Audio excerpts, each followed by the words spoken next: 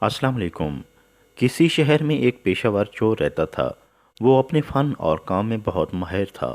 چوری اور نقب زنی تو گویا اس کے بائیں ہاتھ کا کام تھا۔ اس کی بیوی خوبصورت اور فیشنیبل خاتون تھی۔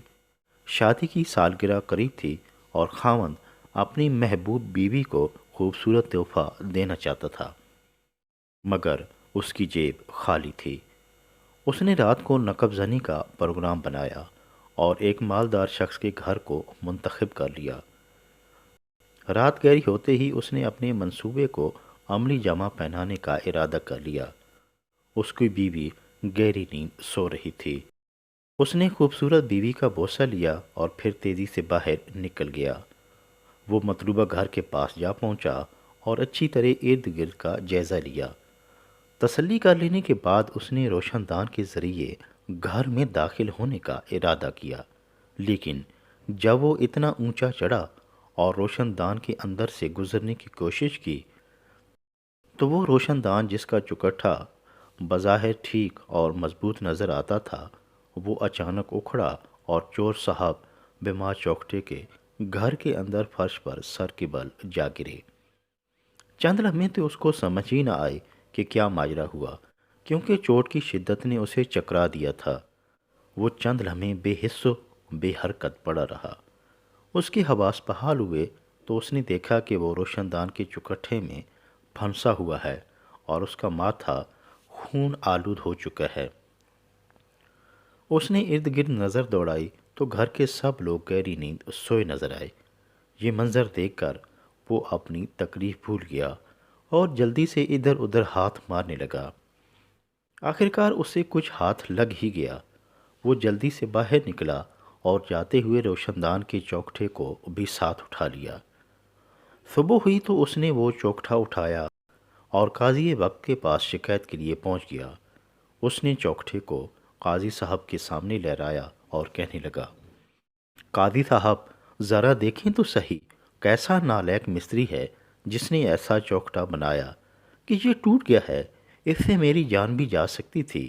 میں مطالبہ کرتا ہوں کہ اس لاپرواہ مستری کو سزا ملنی چاہیے۔ قاضی صاحب نے غور سے اس غیر معیاری چوکٹے اور پھر زخمی چور کو دیکھا، تأسف کا اظہار کیا اور حکم دیا کہ یہ لکڑی بیچنے والے شخص کو حاضر کیا جائے۔ حکم کی فوراً تعمیل ہوئی اور لکڑی بیچنے والے کو حاضر کر دیا گیا۔ وہ ہاتھ باندھ کر عرض کرنے لگا، حضور، اس میں میرا کیا قصور ہے؟ یہ بالکل اول نمبر لکڑی ہے۔ آپ بے شک اسے کسی ماہر سے چیک کروا لیں۔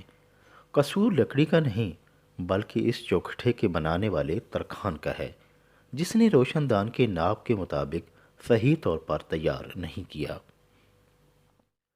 قاضی صاحب نے چند لمحے سوچا اور پھر اس ترکھان کو حاضر ہونے کا حکم دیا۔ غریب ترکھان ہانپتا کانپتا عدالت میں پیش ہو گیا۔ قاضی صاحب نے درست لہجے میں اس سے پوچھا کہ چوکٹے کو ناپ کے مطابق کیوں نہیں بنایا؟ تم ایک لاپرواہ بڑھئی ہو اور اس کی سزا ملے گی۔ ترکھان بولا، عالی جناب، میں بچپن سے یہ کام کر رہا ہوں اور آج تک میرے کام میں نقص نہیں نکلا۔ یہ چوکٹھا بالکل ٹھیک بنا ہے، آپ بے شک اسے چیک کروا لیں۔ حضور، یہ میرا قصور نہیں بلکہ راج معمار جس نے اس کو فٹ کیا ہے، یہ ساری کوتاہی اس کی ہے۔ اس نے اسے ٹھیک طور پر وہاں فٹ نہیں کیا۔ قاضی صاحب نے بڑھئی کی بات سن کر کان کھجایا اور پھر راج معمار کو پیش کرنے کا حکم نامہ جاری کر دیا۔ اہلکار اسے فوراً پکڑ کر لائے اور قاضی صاحب کے سامنے پیش کر دیا۔ قاضی صاحب گرج کر بولے، او نکمے نالائق آدمی، اس چوکٹے کو روشن دان میں صحیح طور پر فٹ کیوں نہیں کیا؟ یہ ڈھیلا اور کھلا تھا، ذرا سی ٹھوکر لگنے سے نیچے گر پڑا۔ شکر کرو انسان کی جان بچ گئی، تمہیں اس لاپرواہی کی سزا ملے گی۔ راج معمار نے چوکٹے کو دیکھا تو ساری بات سمجھ گیا کہ اس اعلیٰ درجے چوکٹے کو لگاتے ہوئے اس نے واقعی لاپرواہی برتی تھی۔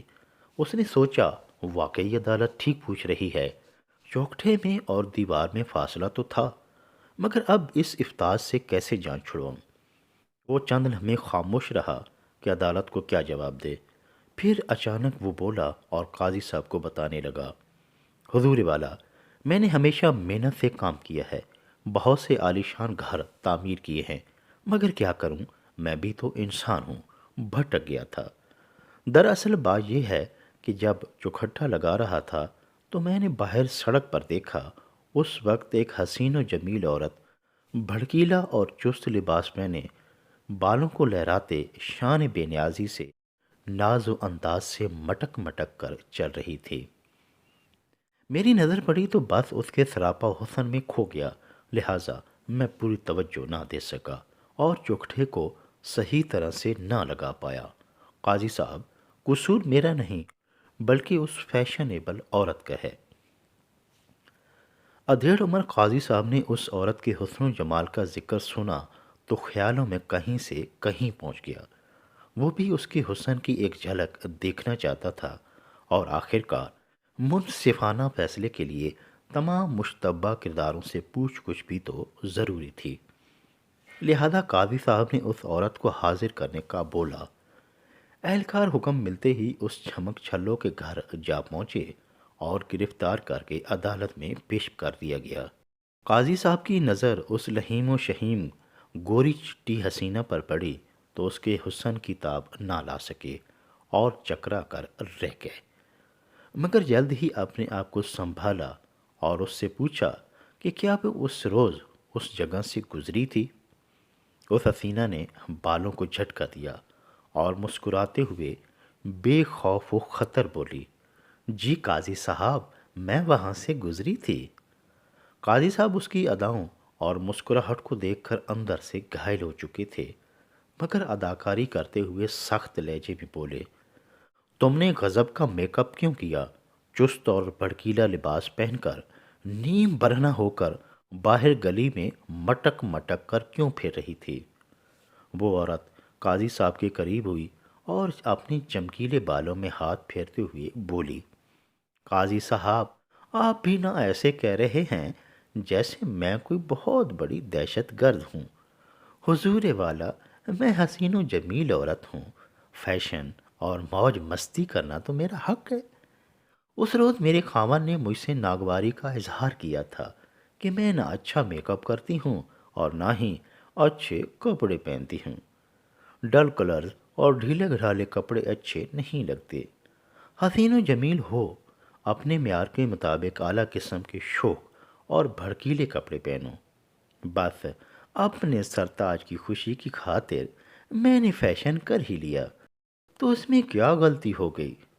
قاضی صاحب نے اس دلکش حسینہ کو اپنے پہلو میں بیٹھنے کا حکم دیا اور پھر اس کے خاوند کو پیش کرنے کا آرڈر جاری کر دیا۔ قاضی صاحب اس حسن پری کا دیدار جی بھر کر بھی نہ پائے تھے کہ اہلکار اس کے خاوند کو پکڑے عدالت میں آدم کے۔ قاضی صاحب اس کے خاوند کو دیکھ کر ششدر رہ گئے، کیونکہ یہ وہی شخص تھا جو روشن دان سے چوری کرنے کے لیے اترا تھا اور تھوڑی دیر پہلے عدالت میں ناقص چوکھٹے کی شکایت لے کر حاضر ہوا تھا۔ قاضی صاحب نے اس واقعہ کے تمام کرداروں کو سخت تنبیہ کی، انہیں ایمانداری اور محنت سے کام کرنے کی ہدایت کی اور پھر عدالت کو برخاست کر دیا۔ سب لوگ خوشی خوشی عدالت سے باہر نکل گئے، جبکہ قاضی صاحب پردے کے پیچھے بیٹھی اس حسینہ کی جانب تیزی سے لپکے۔ سچ کہتے ہیں کہ یہ دنیا گول ہے، اور یہ گول دنیا اس وقت چمکنے اور دمکنے لگ جاتی ہے جب کسی ماہ جبینہ سے ملاقات ہو جائے۔ اسی لیے تو کہتے ہیں کہ زن اور زر میں بڑی طاقت ہوتی ہے۔ دنیا میں سب سے زیادہ جھگڑے عورت کی وجہ سے ہوتے ہیں، لہٰذا اپنے نفس اور دل و دماغ کو کنٹرول میں رکھیں۔ نفس کی ہر خواہش کو پورا کرنا انسان کے لیے خطرناک ہو سکتا ہے۔